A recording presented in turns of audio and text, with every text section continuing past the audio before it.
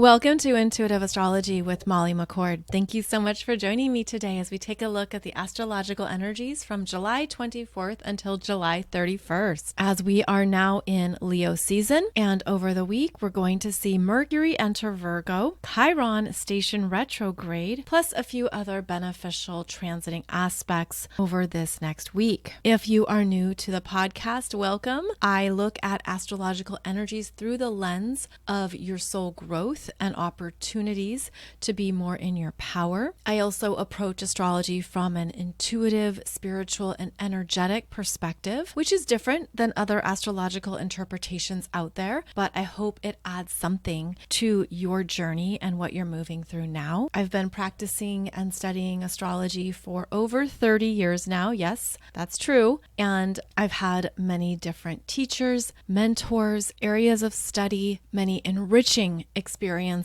through one-on-one consultations, which I think is really important and is the heart of astrological value. Through a humanistic perspective rather than determinism or thinking that a chart is locked in to one form of expression. Rather, I see the astrological chart revealing opportunities for choices, more consciousness about oneself, growth, becoming more aware of your natal imprint and how you are empowered to evolve and develop that throughout your life. Especially at this time on the planet when we have more higher vibrational frequencies, more choices, more opportunities to know ourselves and to consciously choose how we show up in this lifetime. So that is a general understanding of my philosophical approach to astrology, because this is a time for us to become new, empowered cosmic citizens on Earth as we rise in our mastery. And of course, we rise in our mastery and through our own consciousness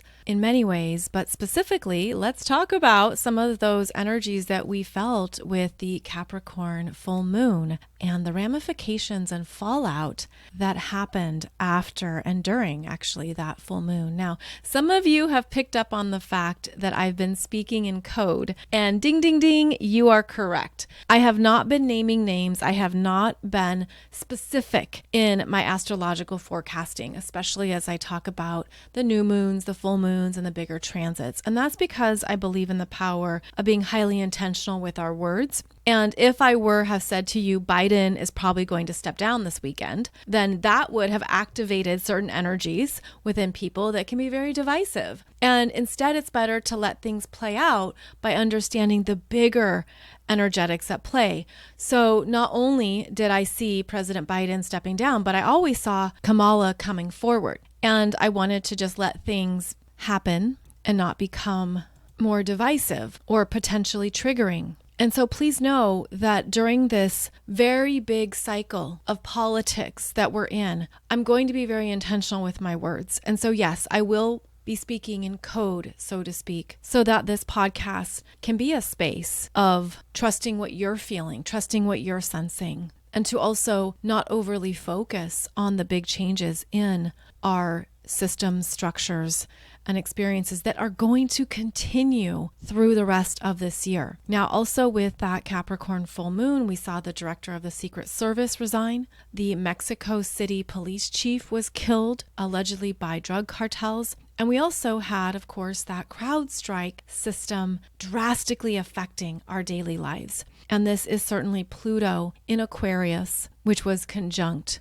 that full moon. Now, Pluto in Aquarius is going to continue to show us vulnerabilities and weaknesses in collective energies, especially technology. So were you affected by that CrowdStrike system being down? One of my first thoughts was, is it down because they're upgrading it with AI? Are they implementing new technologies? Are they bringing in new systems that could only be implemented during offline status? These were just questions I had about what was going on behind the scenes, which is very important. And keep in mind that politically, what is happening behind the scenes is a much bigger deal than what's happening on the front lines of what you're seeing on your TV.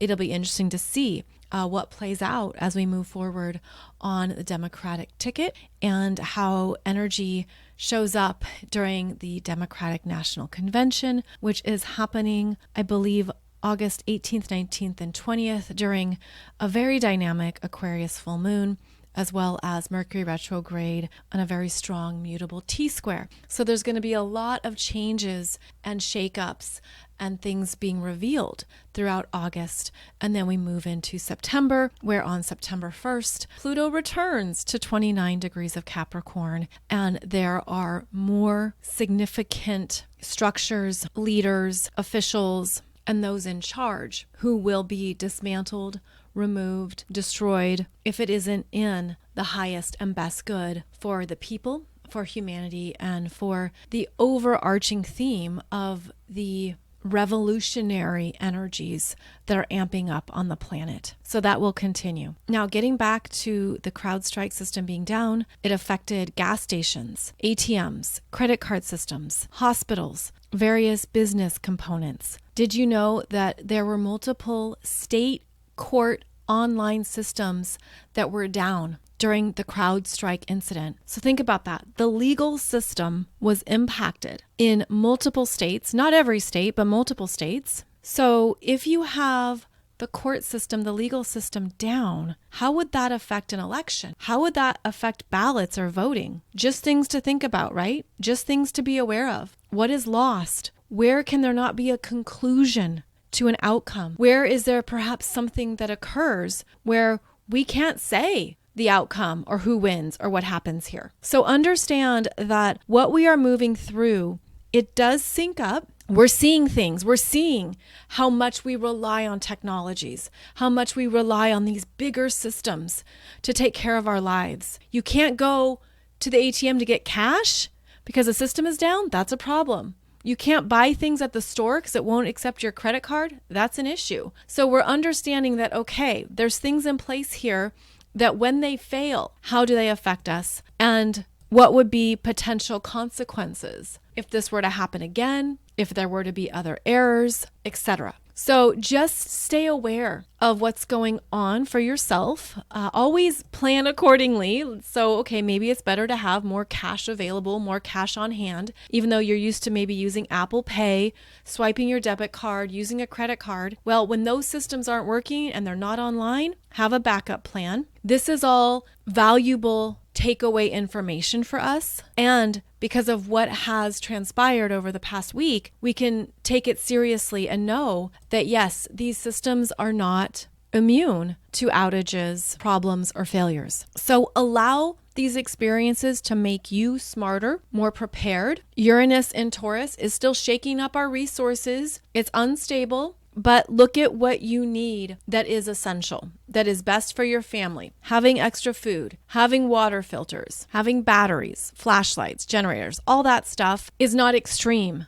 anymore. It could even be more common sense than you realize. I've got a box of MREs that I hope I never have to eat. Just add in seasoning, right? But why not? It doesn't hurt to have it on hand. MRE stands for meals ready to eat. And of course, I'm not wanting to be an alarmist. I'm wanting to give you some valuable information to just consider and sit with, because this roller coaster ride is going to continue. That is what the astrology suggests. And look at how your nervous system moves from fear and panic or overwhelm and uncertainty into calm, clear, rational thought, where when you're prepared or when you understand the probabilities or possibilities of things happening, but you have things in place that support you, it rattles you less. Of course, there's things we can't perfectly prepare for or plan for, but we're certainly getting some big reality checks, aren't we? It's as simple as when you go to the store, buy 2 of something that you know will last long term. Buy 2 cans of soup, buy 2 boxes of granola bars, buy twice as much peanut butter,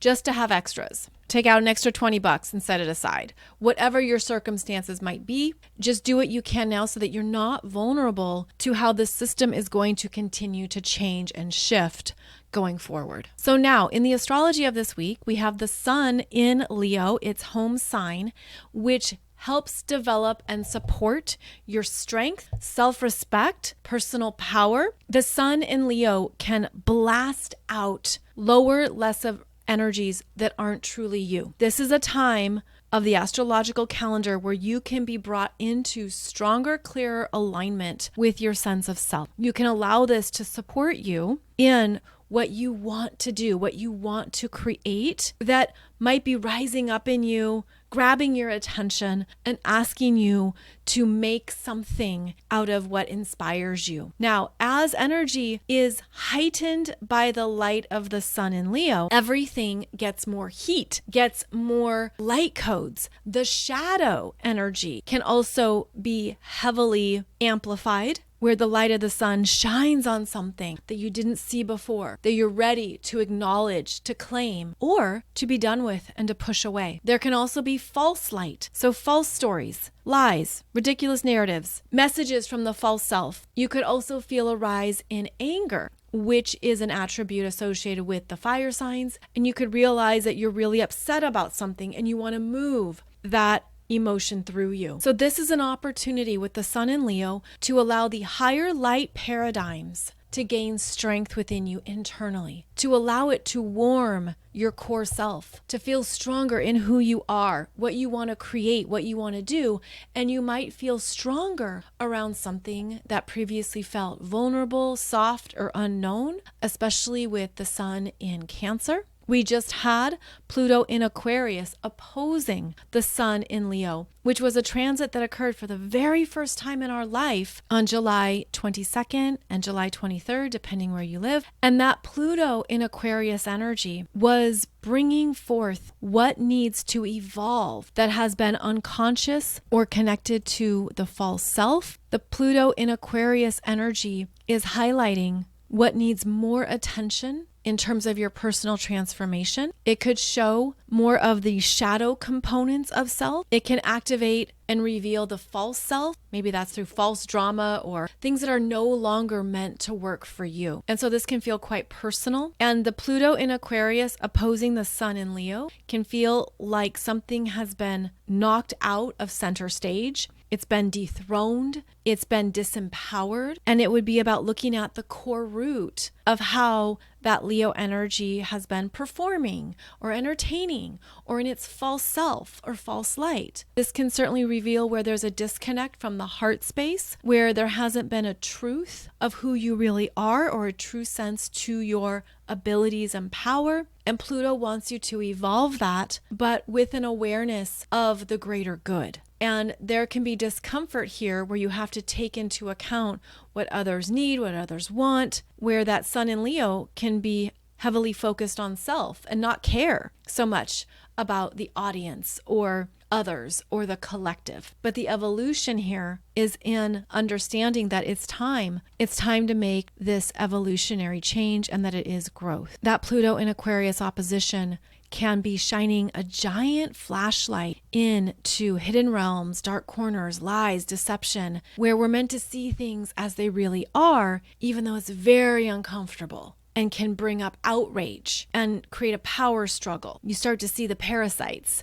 You start to see what's ugly that you didn't want to acknowledge. And this could be within yourself because of how that sun in Leo is about the self. And I feel this is important energy because not only is it the first time in our lives that Pluto in Aquarius has opposed the sun in Leo, but it's going to continue for the next 20 years into 2044. So this is going to continually be the theme as every planet opposes Pluto in Aquarius. And one of the higher expressions of Pluto in Aquarius is asking you, is this your authentic self? Is this truly who you are at an individual level? And there might be openings and revelations here that feel like they knock you to the ground and you're like, no, this isn't who I am. And maybe there's a realization that you don't know your true self. And Pluto is blasting it away and removing anything that isn't in alignment with your authentic frequency. And this can feel like you're stripped bare, you're raw, you're naked, you're very vulnerable. And these are the fixed signs that will resist the change and will not want that transformation to occur because where is it going? It can feel very uncertain. So there's opportunities here to dig deep, be more courageous, more honest, more truthful, and to trust that you're opening up to new parts of yourself that are right on time in terms of your soul growth and your personal transformation. I'm even feeling, this is really interesting, I'm feeling that energy of Pluto in Aquarius shining a very clear laser focused light into the solar plexus that actually goes back for lifetimes of programming, lifetimes of roles. And roles is an important word to associate with Leo, which is the performer, the entertainer, how you get acknowledged, how you're seen by the audience. And Aquarius is the audience. It's the group. It's the collective, as I said. So there's something here where you're meant to understand more of who you are, even if you're working with multiple lifetimes of conditioning, of roles, of history and karma. Okay, wow. So now it's being presented to me as an encyclopedia, one of those thick, heavy volumes with, 500 pages, probably more. And it's opening to different timelines in history. So I'm seeing ancient Egypt and now a later dynastic period in Egypt. It's interesting how Egypt is showing up first because it has a lot of Leo energy. The worship of the sun, the various pharaohs and kings. So I'm seeing a very strong Egyptian imprint here. And then the pages in the book flip to a timeline in India, which I honestly can't quite identify the specific time period. And then the energy changes again, and now I'm in Europe in the Dark Ages, and the pages flip again, and now I'm seeing what we would call today the United Kingdom. And then I'm being pulled into Italy with the Renaissance. And it's like every era and location that I'm identifying, there's a picture of an individual, of the cultural highlights of what's going on. It kind of looks like a passport picture of a person. And I realize that's really general, but that's just how it's being presented. And then flipping through the encyclopedia, it's like this encyclopedia of lifetimes. And I'm asking, is it the Akashic records? And you could classify it that way, but it's just being presented as an encyclopedia. So it's being presented as a timeline of human experiences and the different energetics and levels of consciousness that were on the planet at that time and what was needed in order to live a good life based on those timelines, what it meant to be successful or to be a respectful member of society. And then they're showing me that not only were there different roles that we had to play as souls who took a body, but that there were different expectations associated with roles of members of society, whether that was through a caste system, the hierarchy within society, the class you were born into, what was available to you or not available to you, meaning you could only go so high within the class you were born within. So if you were a peasant, there were only so many opportunities that were available to you. Whereas if you were a lord or a higher member of society, you had access to different roles. So getting back to today, I feel this Pluto in Aquarius is providing, again, I'm seeing it as a laser. It's funny because I first identified it as a red laser that like a cat would be interested in playing with. If you've ever had a cat, they love those laser dots. And I'm seeing this energy beaming into the core self of what you had to do, provide, take care of, practice in order to honor the role you had in society. And the Pluto in Aquarius is saying no more of that. That's not authentically you. It's not true for you. This is about understanding your individual energy, allowing yourself to step into that frequency of your higher self, your true self, and to dismantle and deconstruct parts of yourself that you are outgrowing, that humanity is outgrowing as a whole. And so this will continue to be our assignment as Pluto in Aquarius will oppose those planets in Leo for the next 20 years and return us to more of our, I'm hearing cosmic mastery, more of our multidimensional gifts and abilities that we weren't able to bring in or experience on the planet. It's like we're opening up to more of that, but we have to blast away any strict guidelines or self-expectations of who we have to be in order to be loved, in order to be accepted, in order to be respected and seen. And so this can absolutely be hitting you in the heart. I'm seeing the heart, or in the solar plexus, in your sense of power, that you're realizing I'm more than this. There's an expansive quality here that begins to come forth after true self-recognition is integrated and embodied. So we're doing a lot of reprogramming, especially multidimensionally and especially off planet. And you could be feeling that, especially with the incoming solar flares from the sun in Leo, right? Blasting back to us new energies, fresh light codes, fresh, invigorating energies to work with that, yes, can be overwhelming, that can knock you out or just feel like they're too much to work with at first, but they're also activating you at a much deeper core level. And it's a collective upgrade. Many people are experiencing this and they're stepping into more of what they want to do, who they really are, how they want to show up at this time, because you're working with it through multiple lifetimes of programming and conditioning that's no longer needed. You don't have to play a role. You don't have to be locked into what people expect of you or who you think you have to be in order to be acknowledged, loved, and accepted. And this axis between Leo and Aquarius is about love given and love received. So you could have some big realizations around love in your life or what you love or how to receive love and be open to that as a container that's worthy of love, being loved and giving love. This energy also means that some people are going to experience a deeper love for the first time in their life after this work, after these openings. And I also feel like this is going to be great for current connections and relationships that you're in that are healthy and satisfying and true to you. You could elevate them to a higher frequency of heart-based connection and love. So know that these upgrades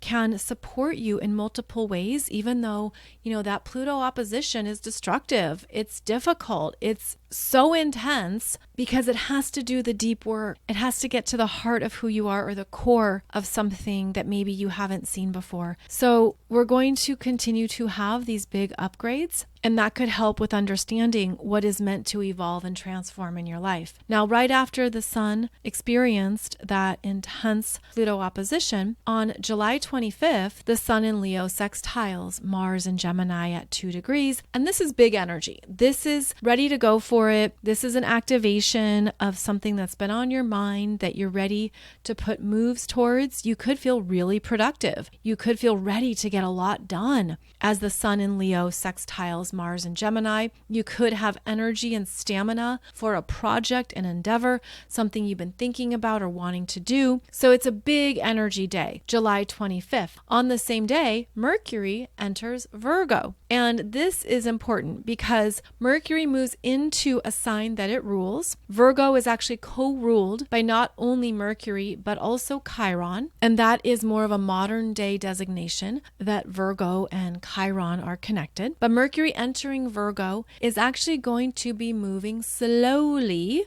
only 5 degrees from July 25th until August 4th, where Mercury will station retrograde at 4 degrees of Virgo on August 4th. So Mercury moves into Virgo and is slowly assessing and discerning what needs to be fixed, what needs to be improved or organized.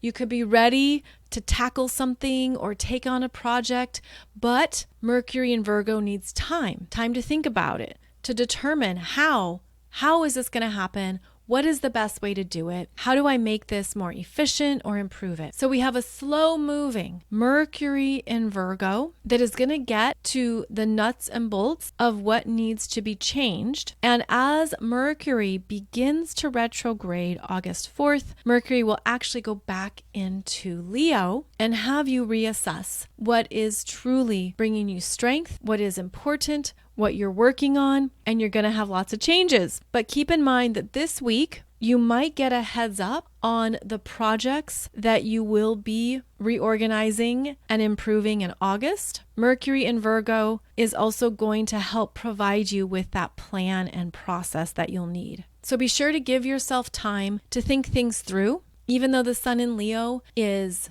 bold and inspired and motivated and ready to take on things, give yourself time to consider what's essential, what will work, and what's not. So July 25th is a big energy day. July 26th is where we have Chiron making its annual station retrograde. Every year, Chiron stations retrograde, and this year, on July 26th, it's at 23 degrees of Aries. Now, this is the furthest that Chiron has been in Aries since it first entered the first sign of the zodiac back in 2018. And so now Chiron is in new territory, that third decan of Aries, which is showing you how far you've come in a healing process, but what still is left to move through, unravel, and determine if it's truly a part of your true self, your true identity, or if it's connected to the false self. Chiron retrograde in Aries is a time to reflect on what is powerful for you, what is honest for you. Does this honestly resonate with? And you might be surprised at the no's that you feel.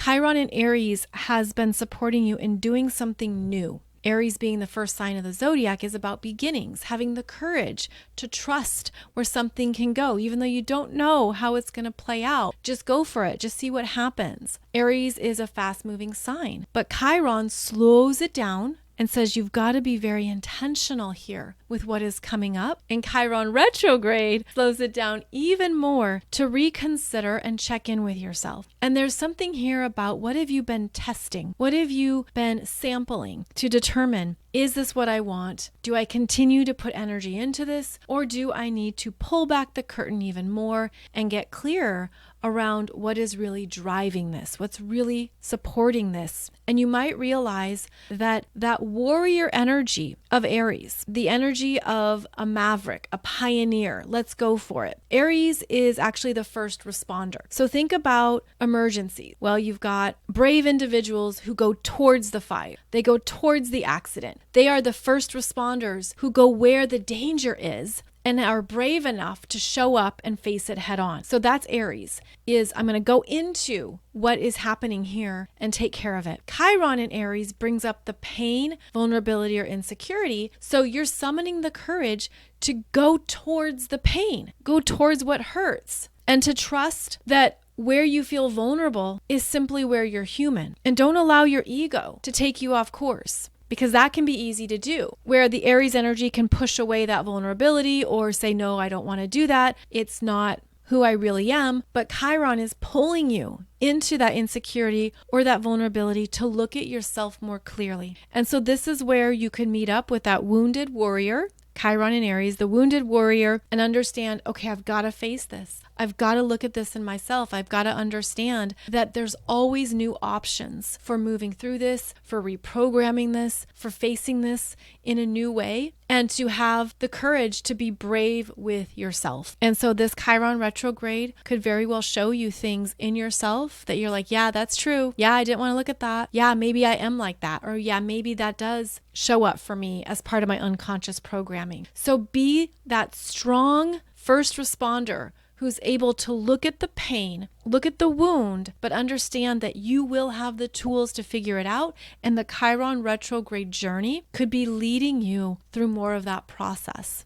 And so this is where the warrior has to put down the shield, put down the sword, and soften into the parts of yourself that you thought had to be really strong or really courageous, or you had to do it on your own. Now you soften into that and be like, okay, I need support. I need help. Conversely, Chiron in Aries could be showing you where you need to do something on your own. And this has been coming up, I've noticed, for those who have very strong Libra energies, even strong Cancer energies, because this Chiron in Aries is opposing planets in Libra and squaring planets in Cancer. And so you could realize, I have to do this on my own, and I'm afraid. I don't know if I can. I don't know if I have the skills, the courage, the ability to do it on my own. So Chiron in Aries could also be showing you and teaching you how to do something independently, and that is what you're facing and developing. Chiron retrograde lasts until the end of December, where it travels back to 19 degrees of Aries,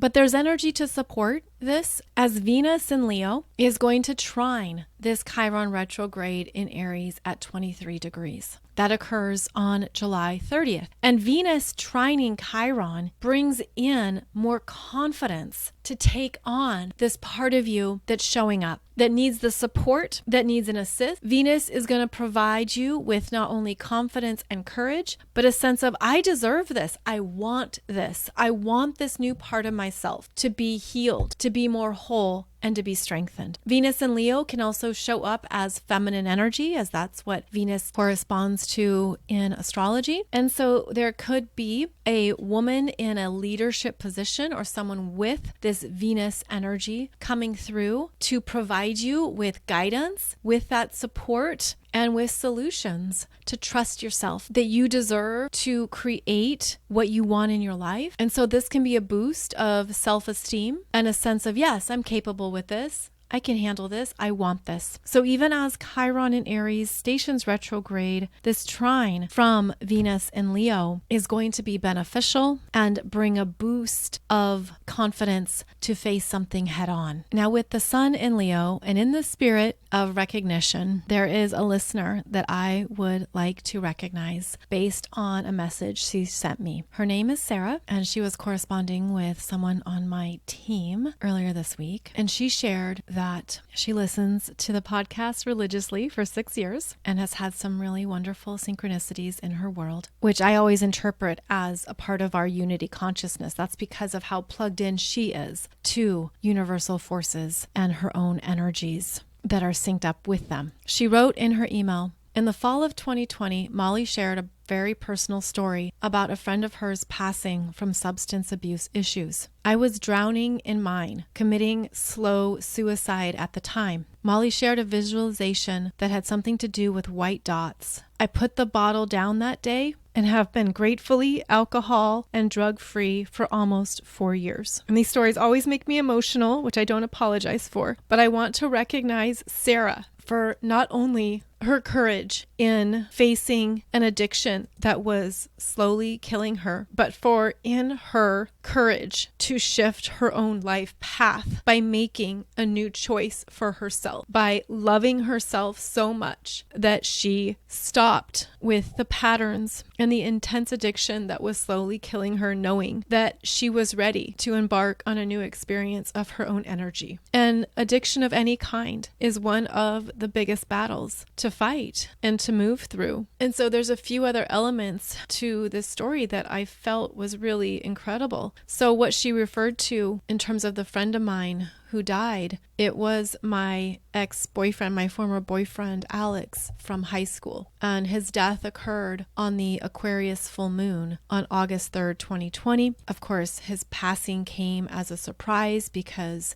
he had been through a lot of treatments and facilities to get past his addiction. And yet, unfortunately, that's not how the story ended. So he had passed at that Aquarius full moon. And then to hear this message from Sarah, I felt like it was beautiful that there was this energetic connection from one addict to another to say, you don't want this. Don't make this your life path. Choose more, choose better for yourself. And if any of you have dealt with addiction or understand the power or grip it has on you, would you kindly leave a message for Sarah in the comments on YouTube that I hope validates and recognizes her, as well as anyone else listening who needs support right now around how to change your life in some capacity and to know that others understand what you're going through. Because people who listen to this podcast are so powerful, energetically advanced. You are masters. You know a lot. And if you can support someone else at this time, that would be an incredible gift from this community. Now, the second thing I want to share with you is to let you know, Sarah, if you're listening, that you were in fact a divine messenger for me, and you probably had no idea. So after Alex passed, I could not feel his energy at all. And sometimes I can, and sometimes I do,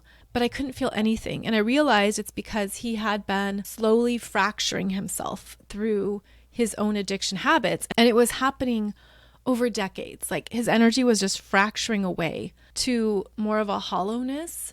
It was like he was disintegrating. So right after he passed in August 2020, and for the rest of 2020 and into 2021, I was checking in to be like, is he around? Is he here? Is there anything I feel? And there was always a nothingness. And so it is, right? And that can be understood too if you've ever read Dr. Michael Newton's Journey of Souls, which gives one way of understanding the soul experience on earth and then what happens after we leave the physical body. So I couldn't feel his energy at all, and I just accepted that until just about a week ago, where all of a sudden he was downloading into my mind, into my energy, and through the radio, all these things from high school, like all these flashbacks, these songs, these funny things we went through together, these funny things we experienced. I was just getting this huge download of his energy, and I felt him in my house, and he was being funny, and I was like, oh my gosh, I can sense your energy. Now, I'm not a medium, and I don't claim to be, but I can pick up on things, especially when I'm alone. And this energy was so clear and so obvious to me. And he's a Gemini.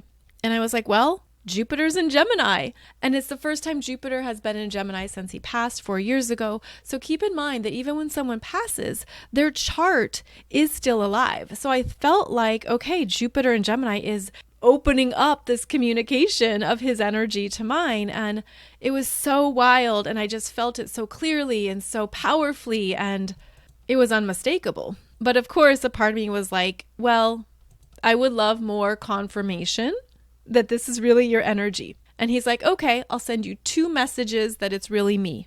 2 pieces of evidence that I can't dispute. And then just a few days later is when that message from Sarah came through, referencing his passing, which is one piece of evidence, right? And then the second is that his last long-term relationship was with a woman named Sarah. And it was just so magical and cool because first and foremost, I wanted to, of course, recognize Sarah and what she chose for herself. But then this was the backstory where Sarah ended up being a divine messenger without even knowing it. So thank you, Sarah, for what you shared and what you unknowingly gifted me with. But also, I hope after making this pivotal life decision for yourself, you've had even more developments, manifestations, and beautiful creations in your life after closing out that chapter in your life. And for those of you who are seeking any form of support for something you're battling, you're moving through, you have fear around, you're challenged by, please know that the universal magic is absolutely available to you. Open up and ask for that help just in an energetic sense. Just set your intention for anything that you need support through, and then stay open to how the universe gives you guidance, next steps, support, and messages to trust and follow. And finally, I'd like to request your energetic strength and power as the Olympic Games begin in Paris, France on Friday, July 26th. Please send your light, peace, and high vibrational intentions to the Olympic Games, to athletes, travelers, visitors, everyone connected to and participating in this collective experience. Please send your intention that anything of a lower, lesser intention or nefarious purpose is dismantled, halted, exposed, or is ineffective. Please send the intention that all beings are safe, happy, and experiencing the best of our collective energies at this time. And certainly send that intention all over the planet, where if you simply feel called to put that energy out in the collective, that you can trust that it will go and land in the right place at the right time. If you are needing support right now for connecting with your own gifts and for releasing anything that no longer is needed at this time, please check out my Aquarian Diamond Lightcode Meditation, which is about an hour long and is designed to support your cosmic expansion and growth. And it helps you call in more of your star family connections and your gifts from other dimensions. It allows you to connect with the Earth's ley lines with higher cosmic frequencies, and supports you in understanding that there's parts of your energy that you can let go of with trust and ease. So it's called the Aquarian Diamond Lightcode Meditation. You can find it on my website, or I'll put it below this podcast as well. Wishing you a beautiful final week of July. I'll be back every Monday and Wednesday with a new podcast episode for you. And as we continue to move through these very high vibrational energies of 2024. Thank you so much for joining me, and I'll connect with you again soon.